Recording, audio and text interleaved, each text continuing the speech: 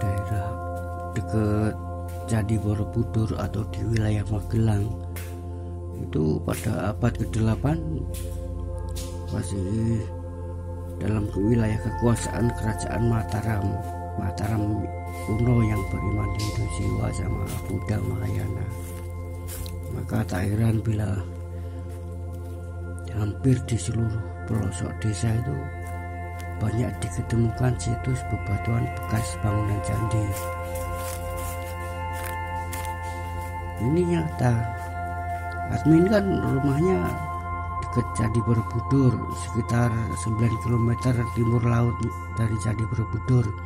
Nah, udah sejak 2016 saya berusaha memperkenalkan desa saya sebagai sebuah lokasi situs cagar budaya. Terlebih hampir di setiap dusun itu ada situs lokasi bangunan candi.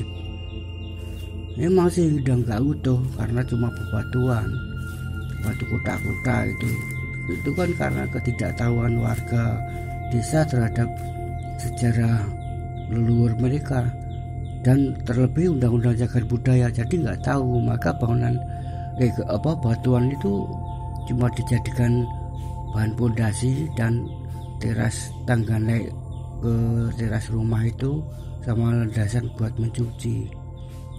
Atau bahkan lebih parah tuh, semisal ada yang wujudnya patung atau situs batuan candi yang ukuran rada besar itu, saya nggak nutupi. Banyak yang cuma dijual ke sebuah lokasi lah di Muntilan, itu cuma dijual situ. Warga desa nggak tahu. Seperti yang kemarin itu di daerah Kauman Bludu itu kan banyak batuan candi juga. Lokasinya ada di seberang kanan dari arah Magelang ke Jogja sebelum jembatan Sungai Elo, atau di seberangnya kuburan Kiai Gedong. Kuburan Kiai Gedong juga bekas lokasi candi. Saya tanya sama warga yang di situ, namanya Dusun Kauman, batu yang besar pada kemana? Mereka bilang udah dibeli. Berapa satu batunya? 60.000. Dalam bahasa Jawa gini, aku ya orang iro loh, jebule kok watu siji tak kira regane mung pira, jebule 20.000, kan lumayan. Nah, itulah warga desa kan rata-rata nggak kenal cagar budaya sama secara leluhur, maka lebih bisa kita maklum aja cuma dijual gitu. Padahal kan dalam undang-undang cagar budaya kan menjual dan memperjualbelikan situs cagar budaya kan nggak boleh, benda cagar budaya itu atau BCB. Itulah realita yang terjadi di Jawa. Banyak banget. Desaku berprasasti 2 hingga bertulis, itu kronologi desaku, tapi ya itu 2016 silam. Saya laporkan ke bukan saya yang melaporkan, tapi saya foto lalu saya bagikan kepada teman komunitas. Nah, sama teman komunitas itu dilaporkan foto liga bertulis tadi ke BPJP Jawa Tengah. Lalu petugas BPJP datang dan menemui Kades. Itu berarti kan udah sah. Petugas sama saya dan teman komunitas menemui Kades untuk minta izin atas pelaporan benda situs cagar budaya. Kades mengizinkan asal disertai seorang saksi dari pihak perabot desa atau petugas bekerja di balai desa di kelurahan. Akhirnya pihak BPJP juga kaget karena memang benar itu prasasti, dan lokasi lainnya juga banyak itu. Kompleks candi kan ada candi sudut. Nah, desaku memiliki 4 lokasi yang berbatuan candi di setiap sudut desa. Itu berarti candi sudut. Lalu candi patok barat, patok timur juga ada, dan di masing-masing lokasi pun ada liga bertulisnya, tapi udah dibawa ke museum. Lalu candi Trimurti, candi Ape, candi Perwara, candi Pasangan, semua ada. Bahkan petirtaan pun masih ada yang berbatuan.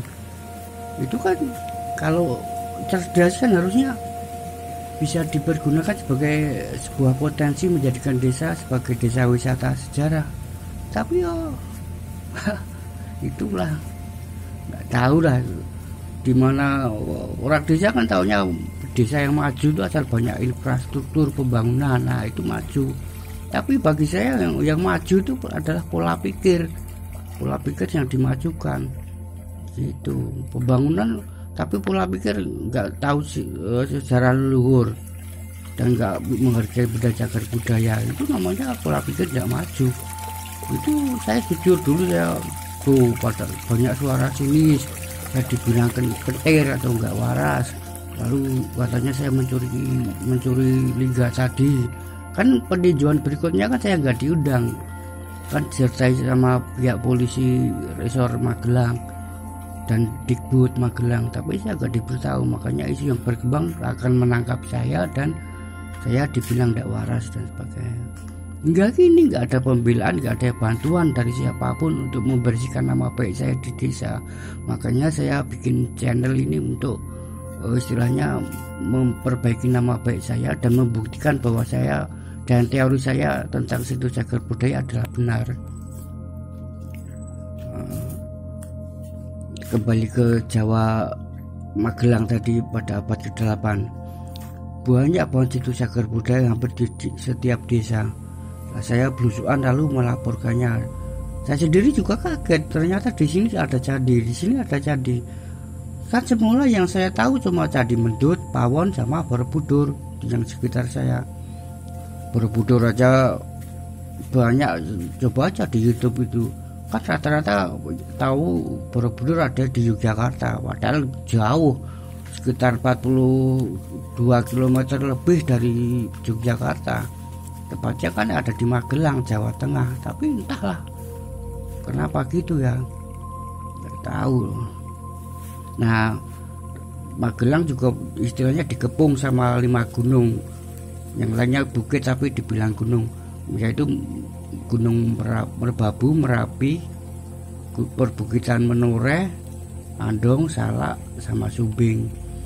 Ya, jadi gunung kan jadi sakral bagi umat Hindu Siwa, makanya dipilih Magelang. Saya juga ada pikiran mungkin Magelang pada abad ke-8 wilayah yang sangat penting di samping wilayah Prambanan yang jadi pusat kerajaan. Saya mikirnya gitu. Terlebih di sekitar Borobudur kan hampir di setiap desa banyak situs bangunan candi dan petirtaan serta benda cagar budaya lain seperti Umpak Soko, patung, Liga Yoni dan sebagainya. Dan susunan topografi yang sekarang juga berubah gara-gara Praloyo erupsi Merapi 1006 itu yang sebabkan Kerajaan Mataram pindah ke Jawa Timur, tepatnya di Jombang. Itu desa saya juga gitu. Dalam video ini juga bisa Anda lihat, itu di sungai ada kayak bekas lava bantal. Itu kan berarti dulu mengalir lewat situ, padahal itu adalah sungai dari mata air Mudal. Mata air Mudal dulu juga jadi pusat sumber air bagi peternakan di Dusun Gergunung. Dusun Gergunung bertopografi di atas, jadi nggak ada mata air gitu.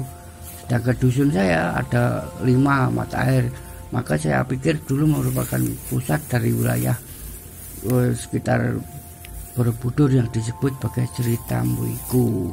Berbatas sebelah kulon yaitu Sungai Ilo, kanan kiri utara dan selatan juga ada cekungan bekas Sungai Purba ya, dan di situ juga banyak bebatuan besar. Berarti kan erupsi atau praloyo Merapi sangat besar. Itulah, semoga sedikit memberi gambaran pada pemirsa gimana kondisi Magelang dan sekitarnya pada abad ke-8. Itu ini cuma ketimbang nggak posting karena nggak nemu situs baru lagi, kapan-kapan kita lanjut.